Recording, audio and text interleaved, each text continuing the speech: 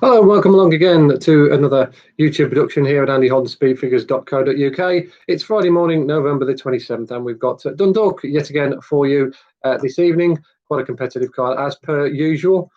Maximum fields pretty much all the way through, beginning at 4 o'clock with a 5 furlong sprint handicap. Very trappy, these particular contests. But I quite like Maggie Thunder here. I thought she did really well to finish second here the other day. She was a bit unlucky, to be fair. They tried to make the running with her, but unfortunately there was like 4 or 5 horses going into the first corner that all wanted to make the running as well. And she got hooked up in a bit of a speed, and it meant that the winner, D Sprinter, got the lovely run through in behind the speed. I wouldn't say he was a fortuitous winner, but I think if Maggie Thunder hadn't been softened up, I think she would have won that race quite comfortably. The fact that she managed to keep on well for second and pull well clear of the rest in turn certainly suggests to me that Maggie Thunder arrives here in unbelievably good nick. She's a winner here over the course and distance 3 starts ago. She got a good draw tonight, stall out, right bang in the middle. I think that's where you need to be. You don't want to be too far up the inside because you end up get drafted on towards the slowest part of the track. Right down the middle is perfect. I don't see too many other front runners in this race tonight, which will mean that she should get a clear run of it from the front without being taken on. So strong bet there in the first race, I'd suggest. Ran about 5 to 1 top price this morning. A good bet there, Maggie Thunder. Onto the 4:30, absolutely no real strong view here.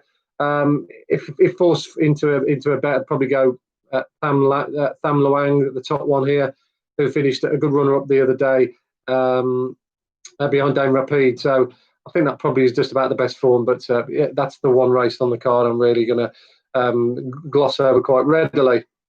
Onto the 5 o'clock, a real trappy one for me here because I've got absolutely no hesitation in suggesting that Flirting Bridge is the best filly in this particular race by some considerable margin.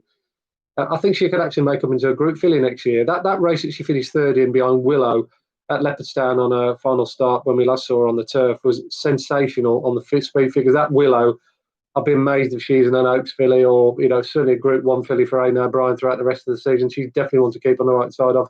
We've seen the race work out already. Horses that are finishing behind have already franked the form. Unfortunately, she's gone and bagged the stall right on the outside, stall 17. Oh, it's an absolute killer draw, that is. Particularly, these 2 races where, you need to get a reasonably early position. I put up one here the other day, Show Molina, was drawn wide, never got into the race at all. So I'd really, really advise you to back down on the bet there if you are going to get involved. I'm going to have a little bit of an interest on Flirting Bridge. But as I said, that draw is a bit of a killer. I think give her a squeeze is a really nice filly. She's a big, powerful, strong type that I'm sure will do better as a 3-year-old. She's got some good form in the early part of the season before being rested. She hasn't run for 125 days, but I think she'll give a good account. I'd probably be against Split Passion, who was drawn stall 16, similar to my main selection, but looked a bit of a weak finisher here last time out, so I'd be a little bit against her. But Flirting Bridge, definitely the best filly in the race there. Definitely want to keep an eye on. Onto the 5:30, Trappy Old Nursery here. I've got a short list of 3. Mirage Moore, Carlo Ponde and Vazzy, all have run well here in recent times. Calapandi was involved in a very hot race, won by Charm Stabber Companion the other day. Was over 5 furlongs, was always going to get outpaced. But stepping up to a mile could easily improve. Vazzy caught the eye the other day, staying on well behind Brocker's Tip over 6 furlongs. Again, I think the triple is suit. And that Mirage Moore ran behind a horse called Isle of Sark, a horse put up here the other day from the Joseph O'Brien stable that was well backed off the back of winning a barrier trial and kept on quite nicely. He's almost been campaigned with a nursery in mind. Of the 3 at the prices, I probably think Mirage Moore is probably the most reliable, having run well over 7 furlongs here, and he's available to back at 15 to 2. So I'd go with Mirage Moore each way there. Onto the 6 o'clock. Trappy Old Maiden, but Russian River sets the fair enough standard, finishing second here last time out in a good time figure race. Not a great draw here today, but I certainly got the best numbers to suggest it could be difficult to beat. Away from that, there's a horse that catches my eye here, a horse called Manizales, number 6 on the race card, 33 to 1 top price for Bet 365 this morning. Comes out of that very hot race. I've got over 5 furlongs here the other day, won by Charmed. I'm looking to get with this form. I think that Charmed is quite a useful 2-year-old. And Manizales was doing all his best work at the end, obviously getting outpaced by the winner who came home in a very fast time. But that was a good return first time out, finishing 6th of the 14 runners. Likely to be suited by an extra furlong, given the way it just got outpaced and then ran on. certainly no 25, 33 to 1 shot on the evidence and the numbers anyway, based on that run. So if you can have a bet each way without the favourite, I've seen some firms quoted 16 to 1. Just wait for a few more firms to bet each way, particularly Bet 365. They usually take a little while to get their odds for races like that into gear. Certainly want to keep an eye on Manizales. On to the 6:30. I do like another one in this race, but again, the draws just temper my enthusiasm. This horse is Twilight Man, number 4 on the race card.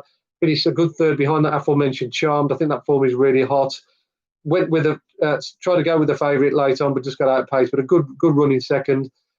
His time figure certainly stands out in a race of this nature. Like I say, I've got no hesitation suggesting this is the best horse in the race. But the draw against all 13 is just a bit of a worry.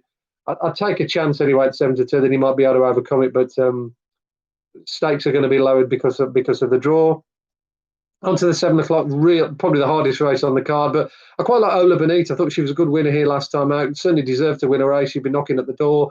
That strong run, 6 furlongs she was involved with the other day, that maiden certainly suited her.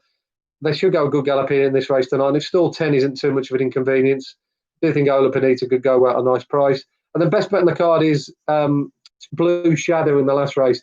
I'm taking a bit of a chance that Andrew Oliver's charge stays the 2 mile trip. If this was a mile and a half, I think it'd be an absolute certainty to beat this field because he's just by far and away the best horse in the race. Certainly comes here with the best time figure over a mile and a half. But obviously, I don't know whether he'll stay the extra 4 furlongs. On the evidence of what we saw in the other day, I think he will get the trip. He certainly was very strong in the latter part of that race of the day. And he's worth taking a chance. They'll probably go steady as well. I can't see this being a strongly run 2 miles. So it's not as if they're going to go mad. So you probably want something with a little bit of tactical speed down the lane, and that's what he's got. So top price 7 to 2, Blue Shadow, best bet on the card in the final race. Okay, thanks very much as ever for tuning into this edition of the Irish Racing Podcast here at andyholderspfigures.co.uk. Hopefully you can join us again tomorrow when we're going to be taking a look at Fairy House and the first day of their 2-day Stellar card. Until then, it's bye for me for now.